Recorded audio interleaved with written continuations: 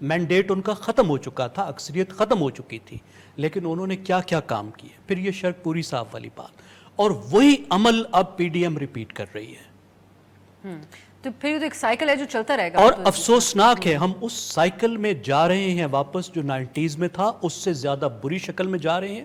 اس وقت شاید عوامی سطح پہ لوگ اتنے موبلائز نہیں تھے, اتنے انوالو نہیں تھے, نفرت کی سیاست عوام تک نہیں پہنچ رہی تھی, تقسیم اتنی گہری نہیں تھی, اور اس وقت پاکستان کا کرائسس اتنا بڑا نہیں تھا.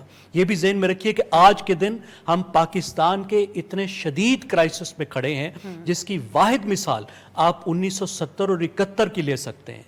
اس کے علاوہ پاکستان کی پوری تاریخ میں اس طرح کا میلٹ ڈاؤن کا خطرہ یہ ہے جس کو کہتے ہیں کہ نیرو بانسری بجا رہا تھا, کہ روم جو ہے اس کو آگ لگ چکی ہے, آگ جلنا شروع ہو چکی ہے, اور ہماری پوری اشرافیہ جو ہے وہ بانسریاں بجا رہی ہے اور اپنے اقتدار کا کھیل کھیل رہی ہے. اکراس دا بورڈ زیگم صاحب. اور جس طرح بدامی صاحب, زیگم صاحب نے بات کیا, آج تھوڑی دیر پہلے خبر یہ بھی تھی, الیاس چنیوٹی صاحب ہیں نون لیگ کے, وہ کہتے ہیں میں حج کرنے گیا, مجھے وہاں پہ بھی آفر.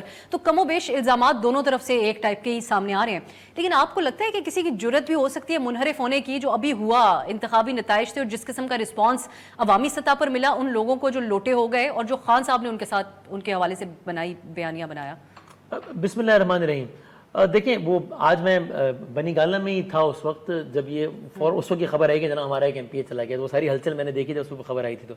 تو وہاں ذرائع مذاق یہ بات بھی ہوئی کہ اب جب 30-40 کروڑ روپیہ کسی کو مل جائے تو پھر سامنے اتنی ٹیمپٹنگ آفر ہے, اتنی ماؤتھ واٹرنگ ہے کہ بندہ کیا کرے اس کے سامنے. یہ تو یہاں 10 کروڑ کی آفر مبینہ طور پہ یہ لوگ کر رہے تھے. جی ہاں, اور خان صاحب سے بھی اس حوالے سے بات ہوئی کہ انہوں نے بھی کہا کہ 50 کروڑ کی آفرز ہو رہی ہیں, اور مجھے یہ تجزیہ ملا ٹو مائی سرپرائز کہ عمران خان صاحب از ناٹ 100% شیور کہ یہ 22 تاریخ کا مارکہ ان کے حق میں چلا جائے گا. Not that he is not confident, لیکن ان کو 100% یقین نہیں ہے کہ چونکہ جب یہ ساری خبریں آنا شروع ہو گئی تو ان کو 100% کا یقین نہیں ہے. لیکن کیا ابھی بھی کوئی منحرف ہو سکتا ہے, نہیں ہو سکتا. لیکن جس نے کسی بھی وجہ سے اپنی رائے اپنی صف بدلنی ہے وہ تو اس نے بدل لینی ہے. اس کو آپ چونکہ بہرحال یہ اس الیکشن میں مثال کے طور پہ جو لوگ ہارے بھی ہیں وہ بھی انہوں نے بھی 40,000 30,000 35,000 ووٹ تو لے لیا. تو اگر کوئی کسی لالچ کی وجہ سے کسی بھی اور وجہ سے یہ فیصلہ کرنا چاہے تو وہ اس کو آپ جس نے طے کر لیا اس کو آپ کیسے روک سکتے ہیں. لیکن یہ ضرور ہے کہ یہ دونوں سائڈ سے سر آپ دونوں نے بات کی, میں اس بات کو دہراتا نہیں ہوں. اور اس کا سب سے بڑا نقصان یہ ہوتا ہے کہ اس سے آپ کی پوری سیاست, اس سے آپ کی پوری جمہوریت, پورا پارلیمانی نظام بے وقت ہوتا ہے. یعنی کہ اس کا مطلب یہ کہ اصول ایتھکس یہ کسی کے لیے بھی کوئی اہمیت نہیں رکھتے ہیں. وہاں راتوں رات جو شرپوری صاحب وہاں سے وہاں چلے جاتے ہیں, یہاں پہ یہ ہو جاتا ہے. اور ہر پارٹی پھر فخر سے بتاتی ہے کہ ہم نے سامنے والی پارٹی کا بندہ توڑ لیا ہے, لیکن یہی کام جب اس پارٹی کے اپنے خلاف ہو رہا ہوتا ہے تو وہ اس میں مذمت کرتی نظر آ رہی ہوتی ہے. تو اس سے لگتا یہ ہے کہ اس سے پھر اس بات کو مزید فروغ ملتا ہے کہ سب کے جو پیش نظر ہے وہ اپنا اپنا ذاتی مفاد ہے, باقی اخلاقیات اور یہ سب بس پرانے وقتوں کی باتیں. حکومت کا یہ جو فیصلہ ہے, حکومت بہت واضح طور پہ بات کہہ رہی ہے کہ اب ہم اپنی مدت پوری کر کے ہی جائیں گے یہاں سے. یہ آپ کو درست لگتا ہے؟ اب پنجاب کی حالات کو تو obviously دیکھنا ہے 22 تاریخ کو کیا ہوتا ہے, لیکن یہ اسٹریٹ فارورڈ آ کے جو بات کہہ دی گئی اتحادیوں کی طرف سے, ایک تو مجھے لگتا ہے کہ اس فیصلے کی بنیادی وجہ یہ کہ ان کو لگتا ہے کہ اب اگر اس حالت میں ہم اگر گھر گئے, ابھی ہم ڈیزالو کرتے ہیں تو ہم بہت ہی شکست خوردہ نظر آئیں گے. ایسا لگے گا کہ جناب ہم نے اپنی پوری کوشش کی, ہم نے پوری جان مار لی کہ ہم گورنمنٹ میں رہیں, لیکن ایک by election who, by election میں ہمیں عوام نے اڑا کے رکھ دیا, نتیجہ ہمیں گھر جانا پڑا. تو اس کا آپٹکس کی حد تک بھی نقصان ہوگا, سیاسی نقصان بھی ہوگا اگلے الیکٹورل پروسیس میں. یہ تو ان کا رائٹ ہے کہ وہ کیا فیصلہ کریں. اگر وہ کہتے ہیں کہ ہم مدت پوری کریں گے تو ان کا رائٹ ہے, لیکن میری نظر میں کیا ہے فیصلہ ٹھیک ہے یعنی اف یو آسک می, اگرچہ ان کا یہ حق ہے پھر بھی میں سمجھتا ہوں کہ فیصلہ اس لیے ٹھیک نہیں ہے کہ اس وقت کا جتنا بھی معاشی عدم استحکام ہے, میرا خیال ہے اس کی بنیادی وجہ معاشی نہیں, اس کی بنیادی وجہ سیاست میں نظر آتی ہے. سیاسی عدم استحکام کی وجہ سے معاشی عدم استحکام ہے. وہ معاشی عدم استحکام ختم نہیں ہونے لگا جب تک ایک نیا الیکشن نہ ہو جائے, اور جب تک کوئی بھی پارٹی چاہے وہ نون ہو یا پی ٹی آئی ہو اگلے 5 سالوں کے لیے نہ آ جائے. چونکہ اگر یہ حکومت کنٹینیو بھی کرتی ہے تو بھی یہ سوال ہمیشہ رہے گا کہ شاید مہینے بعد جا رہے ہیں, شاید 3 ہفتے بعد جا رہے ہیں, شاید 4 ہفتے بعد جا رہے ہیں, اور عمران خان پھر آگے ہوگی. عدم استحکام رہے گا جس کے نتیجے میں پولیٹیکل عدم استحکام بھی رہے گا, جس کے نتیجے میں مہنگائی بھی بڑھے گی. اس لیے میرا خیال ہے کہ اگر استحکام چاہیے ہمیں تو اس کے لیے سیاسی استحکام چاہیے اور اس کے لیے الیکشن چاہیے. اور اس بات کو آج مفتاح اسماعیل صاحب نے بھی تسلیم کیا. انہوں نے کہا یہ جو 2 دن میں حالات ڈالر کے بنے یہ عدم استحکام ہی کی وجہ سے ہیں. ایک شارٹ بریک کے بعد پھر زیگم جانیں گے جو مسکراہٹیں تھیں وہ واقعی کسی غم کو چھپانے کے لیے تھیں, یا پھر فواد صاحب ٹھیک کہتے ہیں کہ حکومت 2 ممبران کے اوپر کھڑی ہوئی ہے, اور کچھ ہمیں باتیں معلوم ہو رہی ہیں کہ وہاں پہ تحفظات کا اظہار اتحادیوں نے کیا. ایک بریک کے بعد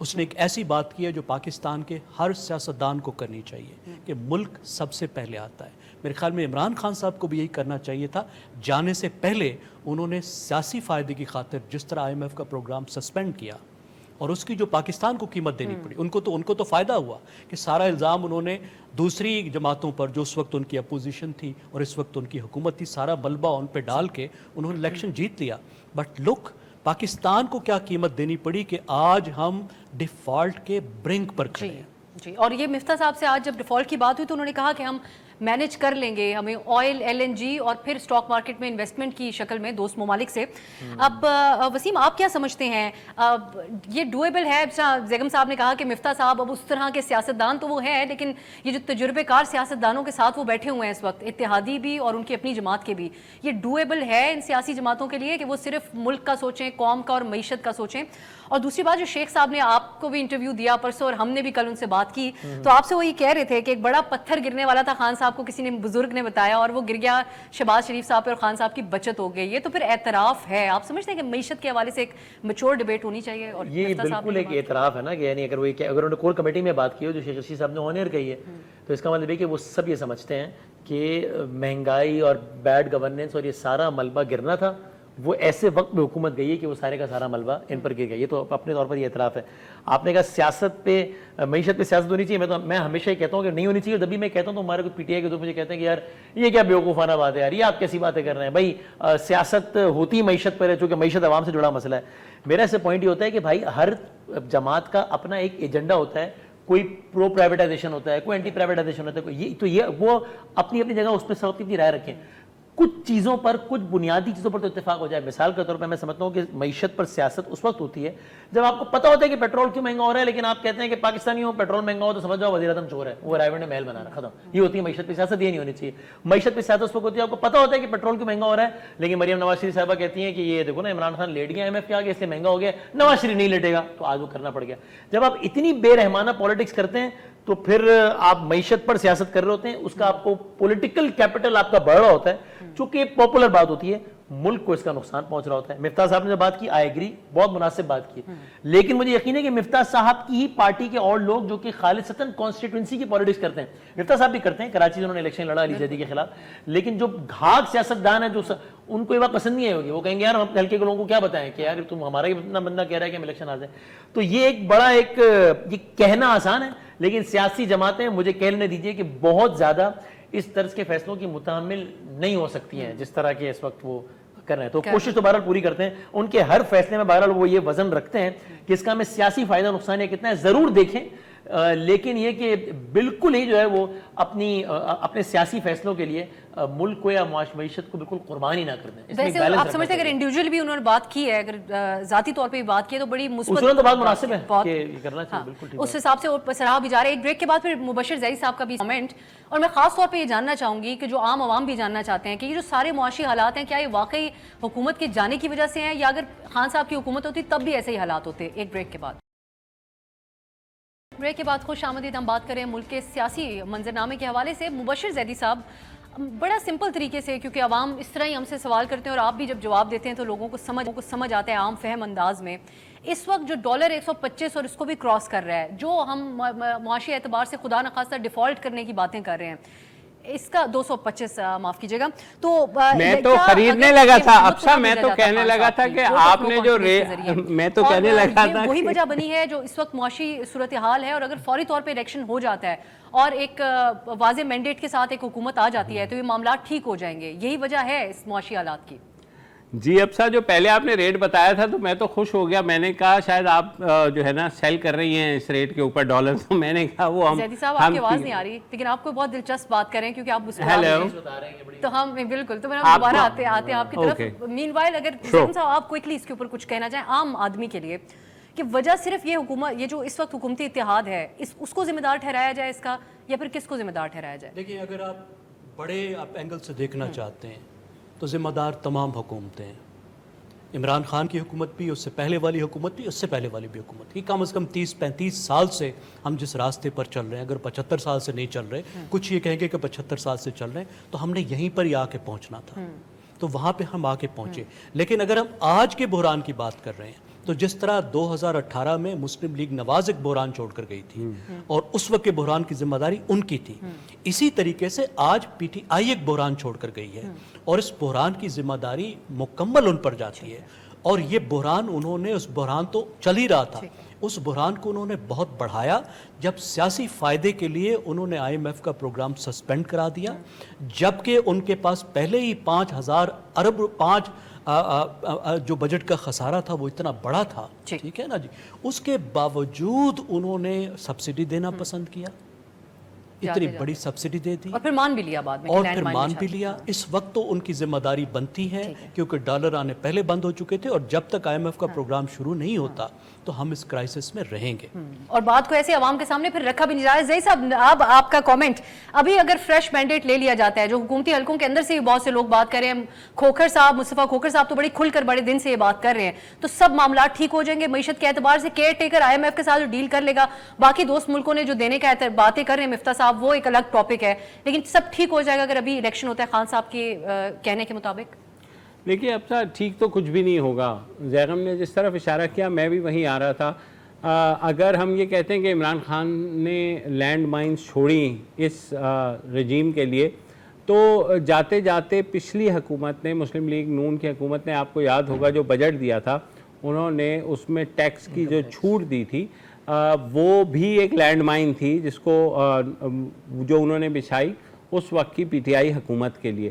تو ہمارے ہاں جب تک ہم اپنی معاشی پالیسیوں کو مخالفین کو ٹارگٹ کرنے کے لیے یا ان کو نقصان پہنچانے کے لیے ہم کرتے رہیں گے تو نقصان اٹھاتے رہیں گے. اب مفتاح صاحب نے بہت اچھی کل بات کی، لیکن میں باتوں پہ تو نہیں جاؤں گا نا، میں تو ایک کنکریٹ ایکشن ہونا چاہیے. وزیر اعظم شہباز شریف جو خود کو ایڈمنسٹریٹر کہتے ہیں اور زیادہ پولیٹیکل نہیں، ان کو چاہیے کہ وہ ایک میٹنگ بلائیں جس میں سب لیڈرز ہوں اور ان سے بات کریں کہ جناب معیشت ہماری بہت اس وقت ملک جو ہے ہماری معیشت فری فال میں ہے، ہمیں کیا کرنا چاہیے. اور میرا نہیں خیال ایسا ہوگا کہ عمران خان کہیں گے نہیں میں نہیں آ رہا. اور بالکل آپ کو یاد ہوگا جب اے پی ایس ہوا تھا اس کے بعد نواز شریف صاحب وہاں گئے بھی تھے، عمران خان کے گھر بھی گئے تھے، پھر عمران خان میٹنگ میں بھی آئے تھے ڈسپائٹ دیئر جو بھی ان کی مخالفت اپنی جگہ. لیکن اس وقت جو ہے ضرورت یہ ہے کہ تمام سیاسی جماعتیں مل کر بیٹھے، کوئی فرق نہیں پڑے گا. جو زیغم کہہ رہے ہیں نا، دیکھیے ہم آئی ایم ایف پروگرام لیتے ہیں، تیسرے سال میں چیزیں بہتر ہونی شروع ہو جاتی ہیں، پھر اس کے بعد سے گراوٹ آنی شروع ہوتی ہے. یہ سلسلہ آج کا نہیں ہے، یہ سلسلہ پچھلے 40 50 60 سال سے چل رہا ہے. پہلے ہمیں کوشن یہ مل جاتا تھا کہ اگر ہم امریکہ کی طرف سے کوئی جنگ ونگ لڑ لیتے تھے تو الگ سے ڈالر آ جاتے تھے ہمارے پاس اور ہمارے قرضے ری اسکیجول ہو جاتے تھے. مطلب مشرف کے دور میں جو ہے جی پیرس کلب کے قرضے بھی ری اسکیجول ہوئے مشرف دور میں، جو بعد میں سیاستدانوں کو بھگتنے پڑے پھر 2010 کے بعد. تو یہ چیزیں ہمیں دیکھنے کی ہوں گی. اس بدقسمتی سے کوئی اس وقت سیاسی جماعت اس بات میں تو سیریس ہے ہی نہیں کہ مل کر بیٹھیں. ایک بات ہے اس میں زیدی صاحب، آج شوکت ترین صاحب نے کہا کہ وہ مدد کرنے کے لیے تیار ہے. جب حکومت گئی تھی تب ایک بیان آیا تھا کہ ان کو کہا گیا مقتدر حلقوں کی طرف سے، لیکن آج ان کا جو سٹیٹمنٹ ہے یہ خوشائند اس کو کہا جا سکتا ہے کہ انہوں نے کہا کہ اگر اکانومی کے حوالے سے حکومت کو کوئی ہیلپ چاہیے تو اب سر دیکھیں یہ وہی ہے جو بات مفتاح کر رہے ہیں، شوکت ترین دونوں سمجھتے ہیں معیشت کو، لیکن یہی انیشیٹو ان دونوں کے پارٹی لیڈرز کی طرف سے آنا چاہیے. اگلا الیکشن جو ہوگا لوگ جس کو بھی ووٹ دیں وہ حکومت میں آئے، اس سے پہلے آپ طے تو کر لیں کہ آپ نے معیشت جو کہ فری فال میں ہے اس کو روکنا کیا طریقہ کار ہو سکتا ہے. ہو سکتا ہے عمران خان جو ہیں حکومت کو بہتر مشورہ دے سکیں، ہو سکتا ہے کہ اور کہیں سے بہتر مشورے آ سکیں، مگر کوئی جماعت اس موڈ میں ہی نہیں ہے کہ ہم مل کر بیٹھیں اور کوئی مل کر حل نکالیں. ٹھیک صحیح. اب یہ تو ہم نے خیر ویسے ایک خوابوں کی دنیا تعمیر کی ہے ابھی جو بشیر صاحب نے بات کی. اب وسیم صاحب آپ اسلام آباد میں ہیں، پی ٹی آئی کے حلقوں سے تو آپ خبریں رکھتے ہیں، لیکن حکومت کے اندر کیا چل رہا ہے؟ وہ جو اتحادی میٹنگ ہوئی، ویژولز تو کچھ اور کہہ رہے تھے، دلوں میں پتہ نہیں کیا چل رہا تھا اس وقت، مسکراہٹیں تو تھیں خیر، لیکن حامد میر صاحب خبر دے رہے تھے اپنے سورسز سے کہ اس میٹنگ کے اندر کوئی اتنی آسان معاملات نہیں تھے. جو اتحادی ہیں ان میں B N P on record بھی کہہ چکے کہ پی ٹی آئی والے عزت نہیں دیتے تھے لیکن فنڈ ضرور دیتے تھے. اب انہوں نے بھی جو اس وقت فیک انکاؤنٹرز یا جو اس کی باتیں ہو رہی ہیں بلوچستان میں، اس پہ سخت تشویش کی کہ آپ کے وقت میں بڑھ گئے. اور پھر محسن داور صاحب کے بھی معاملات تھے، ٹی ٹی پی سے مذاکرات کا ایک ایشو ہے جو علی وزیر صاحب ہیں ان کے حوالے سے بھی. حکومتی اتحاد خطرے میں ہے. فواد صاحب کہتے ہیں صرف 2 ووٹوں پہ کھڑا ہوا ہے. ہاں، اور فواد صاحب نے یہ بھی کہا ہے کہ کل کہتے ہیں کہ باپ پارٹی کے 3 سے 4 اراکین بشمول سینیٹر احمد تو وہ کہتے ہیں ہم سے رابطے میں ہیں، جو کہ اس خواہش کا اظہار کرتے ہیں کہ ہم اپنی لائلٹی سوئچ کر لیں. خالد مقصی صاحب باپ پارٹی کے سربراہ سے ہم نے پوچھا کہ جی آپ کھڑے ہیں نا شہباز شریف صاحب کے ساتھ ویسے ہی جیسے آج سے کچھ گھنٹوں پہلے تک کھڑے تھے. ہم نے الیکشن والے نے پوچھا تو انہوں نے کہا پاکستان کے ساتھ کھڑے ہیں. تو میں نے ان کو کہا کہ مجھے تو حیرت ہے کہ آپ یہ کہہ رہے ہیں. مجھے لگا آپ پوچھیں گے یار یہ کیسا سوال ہے بھائی ظاہروں کے ساتھ کھڑے ہیں. اچھا کیا یہ سب ان ایکسپیکٹڈ ہے؟ آئی وڈ سے نو. یہ بالکل یعنی یہ پریڈکٹیبل تھا کہ جس انداز سے جتنی مختلف الخیال جماعتیں یک نکاتی ایجنڈے کے تحت متفق ہوئی تھی اور متحد ہوئی تھی کہ عمران خان کو ہٹانا ہے. جب خان صاحب نے ہٹنا تھا انہوں نے اقتدار میں آنا تھا تو یہ سب سارے مسئلے مسائل آپس میں ہونے تھے. ایم کے الگ ناراض بیٹھی ہے, اس کے پیپلز پارٹی سے مسئلے مسائل ہیں, لیکن چونکہ ملکی حالات دو چیزیں ان کی توقع سے زیادہ خراب ہو گئی ہیں. معیشت کا ان کو اندازہ تھا خراب ہوگی, بالکل تھا. اتنی خراب ہوگی نہیں تھا اندازہ. عمران خان صاحب کیا ان کو لگتا تھا کہ وکٹم کارڈ کی وجہ سے پاپولیرٹی بڑھے گی, تھا. اتنی بڑھے گی نہیں اندازہ تھا. تو اب یہ اس وجہ سے زیادہ ولنریبل فیل کر رہے ہیں. ان کے کیمپس میں کیا چل رہا ہے, وہ جو آپ نے ویژول کی بات کی میں تالیاں والیاں مار رہے ہیں, وہ میری اپنی ایک اسسمنٹ ہے, غلط ہو سکتی ہے, کہ وہ تو باقاعدہ ایک یعنی ایک فوٹو آپٹک تھا وہ کہ اب کیمرہ شروع ہو رہا ہے تو اب ذرا سب ہنسیں کھیلیں مسکرائیں تاکہ یہ نہ لگے کہ آپ کل ہو نہ ہو کہ پتہ نہیں بھائی اب یہ نہ لگے کہ ہم بہت ہی پریشان ہیں. تو وہ تو خیر اس کا بھی ایک منفی امپیکٹ گیا کیونکہ اس دن ڈالر پتہ نہیں کہاں جا رہا تھا. تو لیکن ان کے کیمپس میں یہ ہے کہ اب اس موقع پہ تو ہمیں حکومت نہیں چھوڑنی چاہیے کیونکہ ہم نے 100 جوتے کھا لیے ہیں, اب 100 پیاز کھانے والی بات ہے, تو سارے مشکل فیصلے کر لیے, اب ہمیں کنٹینیو کرنا چاہیے. ایسا کر پائیں گے میرا خیال ہے, اگر کر بھی پائیں گے تو اس کی مزید بڑی سیاسی قیمت, اور پھر اگلا 1.5 سال جو ہے اس میں یہی مشکل رہے گی. ابھی جاری ہے, 3 ہفتے بعد جاری ہے, 2 ہفتے بعد جاری ہے, خان آ رہا ہے, وہ مزید انسٹیبلٹی ہوگی اور مسئلے مسائل ہوگی. ایک بریک, پھر واپس آ کے خان صاحب نے چیف الیکشن کمشنر کو جس طرح اپنے نشانے کے اوپر رکھا ہوا ہے وہاں سے رسپانسز بھی آ رہے ہیں سامنے. بات کرتے ہیں ایک بریک کے بعد. ہم بات کر رہے ہیں سیاسی معاملات کی, اور خاص طور پہ اب بات کر لیتے ہیں, وقت کم ہے لیکن ایک کوئک کامنٹ آپ لوگوں کا چاہوں گی. الیکشن کمشنر کو جو بیگم صاحب خان صاحب نے نشانے پہ اس حد تک رکھا ہوا ہے کہ ان کا نام لے کے باتیں کی جا رہی ہیں, ان کی طرف سے ریبٹلز بھی سامنے آ رہے ہیں. اب کنور دلشاد صاحب نے بھی ایک بات کہی کل, انہوں نے کہا خان صاحب ملنا چاہ رہے تھے چیف الیکشن کمشنر سے لیکن انہوں نے ملاقات 1-on-1 نہیں کی. انہوں نے کہا وفد کے ساتھ ملاقات کر لی جائے گی. دو طرح کے الزامات ہیں. خان صاحب دوسری طرف ڈائریکٹلی الزامات ان کے اوپر لگا رہے ہیں. آپ سمجھتے ہیں کہ ان چیف الیکشن کمشنر کے ساتھ انتخاب ہو سکتا ہے کوئی, یا پھر جیسے فواز صاحب کہتے ہیں کہ ہم ایک بڑی سیاسی جماعت ہیں, ہمارا اعتماد ہونا بہت ضروری ہے الیکشن کمیشن کے اوپر؟ دیکھیں مسئلہ تو یہ ہے کہ عمران خان صاحب آئینی اداروں کے سربراہوں سے ڈیمانڈ کیا کر رہے ہیں. وہ ڈیمانڈ یہ کر رہے ہیں کہ وہ نیوٹرل نہ ہوں. وہ کہہ رہے ہیں کہ یہ حق اور باطل کی جنگ ہے اور نیوٹرلٹی کی اجازت ہی نہیں ہے, اور وہ تمام اداروں پر دباؤ ڈال رہے ہیں اور ان کو فائدہ مل رہا ہے. وہ اسٹیبلشمنٹ پر بھی دباؤ ڈال رہے ہیں, وہ عدلیہ پر بھی دباؤ ڈال رہے ہیں, وہ الیکشن کمیشن پر بھی دباؤ ڈال رہے ہیں. یہ ان کا ایک طرز سیاست ہے. جب ان کے پاس کوئی ایسی ثبوت نہیں ہوتا, کوئی بات نہیں ہوتی, کوئی گریونس نہیں ہوتی, تب بھی وہ دباؤ ڈالتے ہیں پری ایمپشن کے طور پر کہ کہیں ایسا نہ ہو کہ ان کی طرف سے کوئی چیز آئے. اب الیکشن کمیشن میں ان کے خلاف ایک بہت ہی سٹرونگ کیس ہے جس کا ایویڈنس ہمارے سامنے آ چکا ہے. بہت سی چیزوں کا یہ لوگ اعتراف کر چکے ہیں اور یہ کہہ چکے ہیں کہ نہیں سزا یہ نہیں ہوگی, وہ ہوگی, اگر ہو گیا تو اتنی سی سزا ہوگی. ہمارے سامنے ایویڈنس آ چکا ہے, اور وہ ایک ایسا کیس ہے جو بہت خطرناک ہو سکتا ہے پی ٹی آئی کے لیے. اس کو پری ایمپٹ کرنے کے لیے دباؤ ڈالنا, اس لیے ناراض ہونا کہ ڈسکا میں پی ٹی آئی نے جس طرح کی دھاندلی کی تھی اور وہ جس طرح ایکسپوز ہوئی وہ ان کی ذمہ داری تھی. اور آج الزام لگانا جبکہ ان کو اتنا بہترین الیکشن ملا ہے, اس سے زیادہ سیٹیں لے کیا سکتے تھے کہ جب ان کے پاس ایک شریڈ آف ایویڈنس بھی نہیں ہے, ایک فون کال, ایک بات, کوئی ایک چیز. اس کے مقابلے میں ذرا 2018 کا الیکشن تو کمپیئر کر کے دیکھیے, کتنی ایویڈنس تھی آپ کے پاس, کتنی ٹیلی فون کالیں, کتنے لوگ چلا کے کہہ رہے تھے کہ ہمارے ساتھ یہ ہوا. میرے خیال میں افسوسناک طریقہ ہے اور ایسا نہیں کرنا چاہیے. وسیم آپ کے خیال میں یہ سارے پروسیس میں تمام اداروں کے اوپر نہیں, خان صاحب عدلیہ ہے وہ منحرفین پہ فیصلہ دیں تو بہت اچھا سیلیبریٹ, ورنہ رات کو کیوں کھلی عدالت. الیکشن کمیشن کے حوالے سے ہی, اور اسٹیبلشمنٹ نیوٹرل کیوں ہے, تو سن کے ہم وہ ہو گئے. تو آپ سمجھتے ہیں کہ خان صاحب اس پروسیس کے اندر تمام اداروں کے اوپر سوال اٹھوا رہے ہیں؟ یہ ایک روش ہے پی ٹی آئی کی جو کہ بہت افسوسناک ہے. اس کا ان کو سیاسی فائدہ ہوتا ہے لیکن اس سے سوسائٹی کا فیبرک اور سارے مورلز وغیرہ سب برباد ہو جاتے ہیں. اس سے کہ اصول ہے کہ بس جو جہاں ہمارے خلاف جائے پہ جاؤ, ایسی کی تیسی, فلاں صحافی غدار ہے, فلاں جج بکا ہوا ہے, فلاں یہ ہے, فلاں یہ ہے. اس نے ان کو پولیٹیکلی پے آف کیا, ایسے اس کو لے کے آگے چلتے ہیں. لیکن یہ زیادتی ہے, یہ بڑی زیادتی ہے. اور یہ تو چیف الیکشن کمشنر یہ وہ ہیں جن کے بارے میں خان صاحب نے کہا تھا کہ پہلی مرتبہ ہم اپنی مرضی کا لائیں تو یہ اچھا ہے. آپ مت بھولیے کہ جب فخر الدین جی ابراہیم صاحب لگے تھے, عمران خان صاحب نے آن ریکارڈ کہا کہ نون لیگ نے اپنے 5 سالوں میں ایک ہی اچھا کام کیا ہے, وہ یہ کہ فخرو بھائی کو لگایا ہے, ان پہ ہی پڑ گیا. تو اب جہاں آپ کو اپنے مرضی کی چیز جب تک جس لمحے تک ملتی رہے آپ ساتھ رہتے ہیں پھر خلاف ہو جاتے ہیں, زیادتی ہے. لیکن ان چیف الیکشن کمشنر کے ساتھ پھر الیکشن میں جانا کیسا ایک آئیڈیا ہوگا اگر خان صاحب نے پھر دھرنا دینا, نہیں ماننا نتائج کو؟ آئیڈیا آئیڈیل نہیں ہوگا, چونکہ ایک بڑی جماعت ہے پی ٹی آئی, تو اس کا آن بورڈ ہونا چاہیے, اس کو اس کا اعتماد ہونا چاہیے. لیکن یہ بھی مناسب بات نہیں ہے کہ آپ اس طریقے سے ڈکٹیٹ کریں کہ نہیں مجھے یہ بھی ٹھیک نہیں لگ رہا, یہ بھی ٹھیک لگ رہا ہے, اس کو بھی ہٹاؤ, اس کو بھی ہٹاؤ.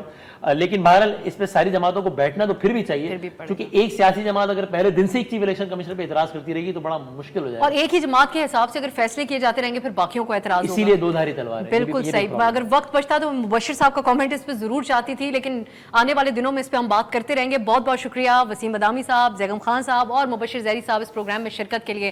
اب جمعے کے روز کیا ہوتا ہے, 22 تاریخ کو پنجاب میں سی ایم کا انتخاب ہوگا. کیا ایسے ہی پروسیس ہوگا جو ایکسپیکٹ کیا جا رہا ہے, یا پھر جو نون لیگ کی کوششیں اور حکومتی اتحاد کی وہ کامیاب ہوں گی اور معاملات کچھ ہاتھ سے نکل بھی سکتے ہیں پی ٹی آئی کے؟ یہ آنے والا وقت بتائے گا. اجازت دیجیے, خدا حافظ. ہر پیر سے جمعہ اپنے فیوریٹ شو نیوز آئی کو یوٹیوب پر دیکھنے کے لیے ڈان نیوز کے آفیشیل یوٹیوب چینل پر آئیے, اس کو سبسکرائب کیجیے اور بیل آئیکن کو پریس کیجیے.